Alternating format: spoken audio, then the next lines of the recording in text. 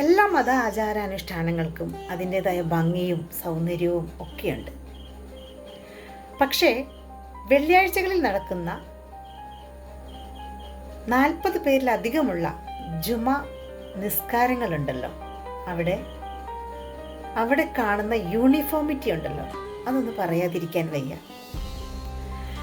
അവിടെ പണ്ഡിതനെന്നോ പാമരനെന്നോ ബുദ്ധിയുള്ളവനെന്നോ ബുദ്ധിയില്ലാത്തവനെന്നോ പഠിച്ചവനെന്നോ പഠിക്കാത്തവനെന്നോ സാമ്പത്തികമായി മുന്നിൽ നിൽക്കുന്നവനെന്നോ പിന്നിൽ നിൽക്കുന്നവനെന്നോ അംഗവൈകല്യമുള്ളവനെന്നോ സിനിമാ നടനെന്നോ അല്ലെങ്കിൽ തങ്ങളെന്നോ രാഷ്ട്രീയക്കാരനെന്നോ സാമൂഹ്യ പ്രവർത്തകനെന്നോ എന്നുള്ള യാതൊരു വ്യത്യാസവും അവിടെയില്ല. അവിടെ ആദ്യം ചെല്ലുന്നവരാരാണോ അവർ മുന്നിൽ നിൽക്കുന്നു. അതിനുശേഷം എത്ര ഉയർന്ന ആളുകളാണെങ്കിലും പിന്നിലാണ് നിൽക്കേണ്ടത്. അതൊരു ശ്രദ്ധിക്കപ്പെടേണ്ട ഒരു കാര്യമാണ്.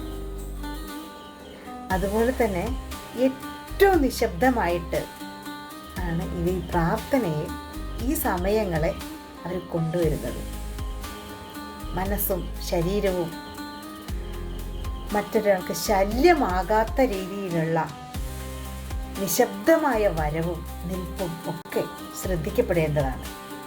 ഈ ഒരു യൂണിഫോമിറ്റിയെ നമുക്ക് പറയാതിരിക്കാനാവില്ല.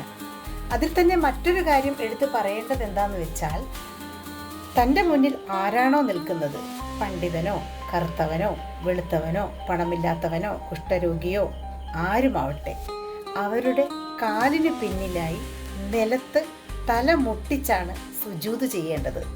ഈ സുജൂദ് എന്ന് പറഞ്ഞാൽ ഇവരുടെ പ്രാർത്ഥനയുടെ ഇടയിലുള്ള ഒരു പ്രധാനപ്പെട്ട ഭാഗമാണ്. തല നിലത്ത് മുട്ടിച്ച് നമസ്കരിക്കുന്ന രീതി.